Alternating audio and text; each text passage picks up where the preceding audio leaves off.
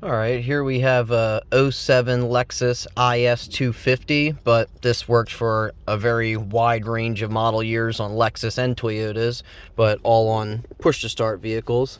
So came in for a completely dead battery, replaced the battery. Very common that you then go to start it back up and you get all your lights that come on and it doesn't even try to crank.